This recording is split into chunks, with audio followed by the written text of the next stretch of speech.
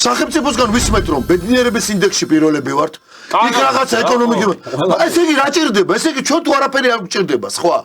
ესე იგი გვჭირდება რა? ქვეყნისთვის თავდადებული, განათლებული, პატიოსანი ჩინოვნიკები.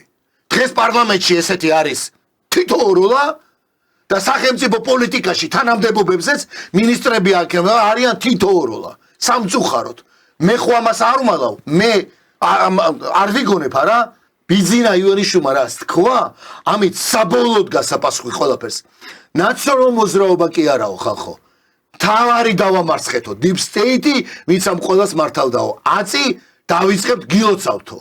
ეხლა რო ზეგ ან ერთი წლის თავზე მე გამოვიდეს კობახიძე ამ დინარაძე და მითხრას რომ აი აქ დარჩენილია ფილიალი სარდაფში ჩვენ ვიპოვეთ ვიღაცა ჭიპი ჭუპაკია და შემოიტანა ბომბა ეს არის ჩვენი დაღუპვა სახელმწიფოებრივად განვითარებას და სახელმწიფოს განვითარებას ჭირდება ასე ოპოზიციური პარტიები უნდა შემოუშვას უნდა მისცეს საშუალება ფინანსური საშუალებაც კი არ უნდა იყოს ისეთი მარჟა რაღაცა საშინელებები დაწესდეს აქ რომ რაღაცა პარტიება ისულდგმონ არამედ არეალი უნდა მიეცეს განათლებულ წესიერი ხალხს ვინც პოლიტიკით არის დაკავებული პოლიტიკით იყოს და ვინც მედიცინაა თუ სხვა სფეროებია დარგების განვითარება უნდა იყოს და პირველი პრობლემა რაც არ უნდა ჩვენ გვიცვალონ სტატისტიკები და ეკონომიურად და ჯიბე და კალათა ჩვენ ხო ვიცით თითოეულმა ადამიანმა მე საავადმყოფოსთან მაქვს შეხება ეხლა გარკვეულწილად თან მძიმე პაციენტები სადაც წვანან და ჩემთვის წარმოუდგენელი იყო რაც მე